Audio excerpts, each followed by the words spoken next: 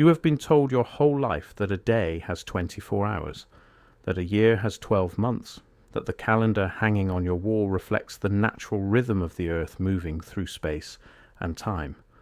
But what if it does not? What if the measurement of time itself was redesigned deliberately and systematically to make you forget something, to erase from collective memory an older civilization, an older order, and an older way of measuring existence that the people who inherited the wreckage did not want you to know about? The evidence is hiding in plain sight, in the architecture that survived the reset, in the languages that remember what history tried to forget, in the suppressed calendars of civilizations that measured time in ways that do not fit the official story, and in the strange mathematical coincidences that keep appearing when you ask why our system of time is structured exactly the way it is. The deeper you look, the more the numbers stop adding up, and the more the numbers stop adding up, the more you start to wonder what was being counted before the current system was imposed. Let us start with the most basic question. Why 24 hours? The official answer is ancient Egypt. The Egyptians divided daylight into 10 hours, added one twilight hour at each end, and divided the night into 12, giving 24 total. Hellenistic astronomers standardized this, the Romans adopted it, and the rest of the world eventually followed. That explanation sounds tidy, but the number 24 was imposed through a process of standardization, and the reasons given for why 24 rather than any other number have always been somewhat circular. We use 24 because ancient civilizations used it because it divides evenly, because they chose it, because it divides evenly. There is another number that divides the day more naturally, that appears in the astronomical records of civilizations far older than Egypt, and that appears in suppressed calendar systems from cultures scattered across continents that had no documented contact with each other. That number is 13. The number 13 as a time measurement is not a conspiracy theory. It is embedded in the observable mechanics of the solar system and the human biology that evolved within it. The lunar cycle, the most obvious and universally observed astronomical phenomenon across all of human history, runs approximately 28 days. 13 lunar cycles of 28 days gives you 364 days, 1 day short of the solar year. This is not an approximation. This is an extraordinarily precise natural correspondence that multiple ancient cultures independently recognized and built their calendars around. The Mayan long count calendar used a 13-based system for measuring cycles of time. The number 13 was the base unit of their temporal mathematics, and those mathematics produced astronomical predictions that modern astronomers have verified against telescope data. The Mayans knew the length of the Venus year to within a fraction of a second per year, and the precession of the equinoxes across a 26,000-year cycle. These calculations were performed using the 13-based mathematics of a timekeeping tradition that predated recorded history. The 13-moon calendar, used by cultures from Central America through North America, measured the year as 13 cycles of 28 days plus one additional day outside the calendar.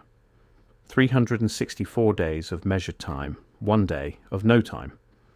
This system produced a year that was simultaneously a perfect count of lunar cycles and an accurate approximation of the solar year, requiring no complex intercalation, no leap year corrections, no periodic adjustments. It was a self-correcting natural system.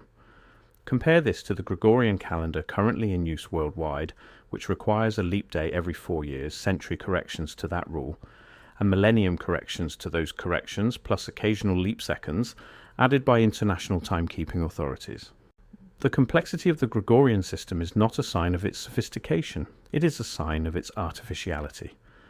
A calendar built around the natural movements of observable astronomical bodies does not require this kind of ongoing mechanical adjustment. But the deeper question is not merely which calendar is more elegant mathematically. The deeper question is what happened to the calendar systems that were not adopted, and why. The Gregorian calendar replaced the Julian calendar in 1582, when Pope Gregory XIII issued a papal bull correcting what had become a significant drift. By 1582, the Julian calendar had drifted approximately 10 days from the observed position of the sun. The Gregorian reform deleted 10 days from the calendar. In Catholic countries, October 4th, 1582, was followed immediately by October 15th. 10 days simply ceased to exist. The deletion of 10 days from the calendar is presented in every history textbook as a purely technical, astronomical correction. But consider what that deletion actually means. The dates simply vanished. Records, contracts, births, deaths scheduled for October 5th through October 14th had to be renegotiated or absorbed into the new count. The experience of lived time and the official record of that time were made to diverge, and then the official record was accepted as the reality. This is the mechanism by which time can be restructured. Replace one official system with another, combine it with institutional authority to compel compliance, and within 2 or 3 generations nobody remembers the days that were deleted. Now extend this logic backward. If a society could delete 10 days in 1582 and achieve widespread acceptance, what could an earlier society have done with a full calendar restructuring? Not just 10 days deleted, but an entire month. The replacement of a 13-based natural system with a 12-based artificial one. The replacement of a 28-day count with months of unequal and irregular length. And the rewriting of foundational mythology to make the new system appear to be the ancient and natural one. This is exactly what the Roman calendar reform history describes if you read it without assuming the Romans were the rational actors and the earlier system was the primitive one. The Roman calendar before Julius Caesar's reform was a 10-month calendar. This is the mainstream academic position. The year began in March and ended in December. The names of the months tell this story if you know how to read them. September means 7th month, October means 8th, November means 9th, December means 10th. These names were assigned when those months held those positions. They have preserved, embedded in the language, the memory of a calendar that had only 10 months. Julius Caesar, advised by the Alexandrian astronomer Sosigenes, reformed the Roman calendar in 46 BCE, fixing it at 12 months and establishing the 365-day year with a leap day every 4 years. The Julian reform is presented as a rationalization, a bringing of the chaotic Roman system into alignment with the solar year. But what was lost in the rationalization is worth examining. The earlier Roman system with its 10-month structure is generally assumed to have been primitive because it required the priesthood to add days arbitrarily to keep the calendar roughly aligned with the seasons. This is taken as evidence of backwardness. But there is another way to read the same evidence. A calendar that explicitly set aside days outside the numbered count may not be an unsophisticated calendar. It may be a very old one, preserving the structure of the 13-month lunar system in degraded form. The intercalary period, the days that did not belong to the counted months, may be the fossil remnant of the day of no time that the 13-moon system always maintained as the boundary between cycles. If you count the irregular days the Roman pontifical calendar added through intercalation and add them to the 10 months of the original Roman year, you get a number hovering close to 364 days. One 13-based cycle short of the solar year, plus its single day of no time. The evidence that something was restructured is in these numerical ghosts. Month names that remember a 10-month year, intercalary days that remember the period outside the count, the number 13 carrying a charge across dozens of cultures that the official calendar cannot explain because it does not use it. Ask yourself why 13 is considered unlucky in Western culture. The official explanations trace it to Christianity, to the 13 at the Last Supper. But the cultural taboo is significantly older than Christianity, appearing in cultures not touched by the Christian tradition until long after they had already developed their aversion to the number. One explanation rarely offered in academic contexts is that 13 is unlucky because it was made unlucky. A civilization that used 13 as its primary number for measuring time was replaced by a civilization that used 12, and suppression of the older system required suppression of the number that had organized it. Making 13 ominous, the number of witches, the number avoided in hotel floor plans and building designs, ensured the population would not investigate what the number had once meant. Consider the architecture. There is a class of buildings scattered across the former territories of what alternative historians call Tartaria. Why aren't the pre-reset civilization, whose existence is implied by the anomalous structures that appear in historical photographs, without adequate explanation? These buildings appear in cities from San Francisco to Samarkand, from Cairo to Chicago, sharing design elements difficult to explain within the orthodox timeline of architectural history. They have a distinctive relationship to natural light that modern buildings abandoned when artificial illumination became cheap. They are oriented to solar and lunar events in ways that suggest their designers measured time differently. Many contain decorative elements based on 13-fold symmetry, appearing in facades, floor patterns, the arrangement of windows, and the mathematical ratios of their proportions. The number 13, encoded in the geometry of buildings constructed in periods when, by the official account, no one used 13 as a primary measuring unit. The grand halls of these anomalous buildings share acoustic properties that are not accidental. Sound behaves in these spaces in ways that suggest designers understood wave mechanics at a sophistication not attributed to the culture's official history says, built them. The proportions creating these acoustic effects are consistently based on relationships involving the numbers 13 and 28, the natural time measurements of the lunar calendar. Why would builders encode timekeeping numbers into the geometry of their buildings? Because for a civilization that measured time differently, those numbers were fundamental.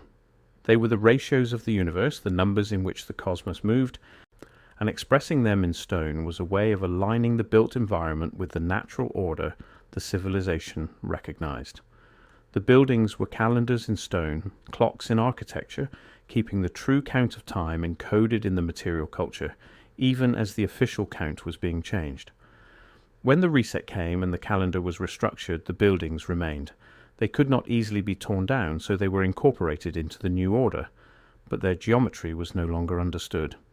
The 13-fold symmetry was attributed to decorative convention. The acoustic properties were explained as happy accidents. The solar alignments were described as aesthetic choices. And the true function of these structures as measuring instruments for a different kind of time was forgotten. Or rather, it was not forgotten by everyone. The persistence of 13-based time measurement in traditions across the world is too consistent to be accidental. The Jewish calendar maintains a 13-month year in certain configurations through the addition of Adar Bet appearing 7 times in every 19-year cycle. The Ethiopian calendar has 13 months, 12 of 30 days, plus a 13th, called Pagum of 5 or 6 days. The Islamic calendar maintains a 12-month lunar year, but the Quran specifically prohibits intercalation practices, suggesting those practices were sufficiently widespread to require explicit prohibition. You do not write laws against things not being practiced. In Ethiopia, the days of Pagume are experienced not as administrative inconvenience, but as a distinct period of time with its own rituals, a time outside normal time. This is a folk memory of the day of no time that the original lunar calendar maintained as the boundary between cycles. The official history of timekeeping presents the current 12-month, 24-hour system as the product of a long and rational accumulation of astronomical knowledge. What this history minimizes is the degree to which that accumulation involved the suppression of alternative systems, the rewriting of mythological frameworks that embedded the older systems in everyday life, and the deliberate restructuring of cultural memory through replacement of one set of symbolic associations with another. When you change a calendar, you do not simply change which day a date falls on. You change how people experience time. A culture organized around 13 lunar months pays attention to the moon in a way that a culture organized around 12 irregular solar months does not. A culture that marks 13 cycles of observable astronomical phenomena has a relationship to the sky that a culture relying on an artificial system requiring constant technical correction has lost. We do not simply use a calendar to record time. We experience time through our calendar. The cycles we feel, the rhythms we build our lives around, are shaped by the measuring system we have inherited. The builders of the anomalous architecture across the former Tartarian territories were encoding a way of experiencing time that their civilization had developed over thousands of years. When that civilization was erased or reset, the encoding survived in the geometry even as the knowledge required to read it was systematically dismantled. You are reading the geometry now. You are looking at buildings whose proportions remember 13 months. You are counting the months whose names remember a 10-month year. You are using a calendar that required the deletion of 10 days and the suppression of an entire month to create. You are experiencing time through a system that was imposed, restructured, and justified with a mythology of ancient authority that does not survive the scrutiny it invites. The day had 13 hours before they changed the clocks. The year had 13 months before they deleted one and renamed the rest. And the buildings that survived the reset are still counting, in the only language that was too heavy to burn, too massive to revise, are too geometric to lie. Look up at the next building you pass that seems too grand for its supposed purpose. Count the windows, count the arches, count the columns, see if 13 appears where no official history says it should. And ask yourself who built it when it was really built, and what they were trying to remember. If this kind of buried history is what keeps you searching, subscribe and hit the bell. We follow the numbers the official story cannot explain, the architecture that does not belong to the timeline it is assigned to, and the calendar anomalies that appear wherever you look closely enough.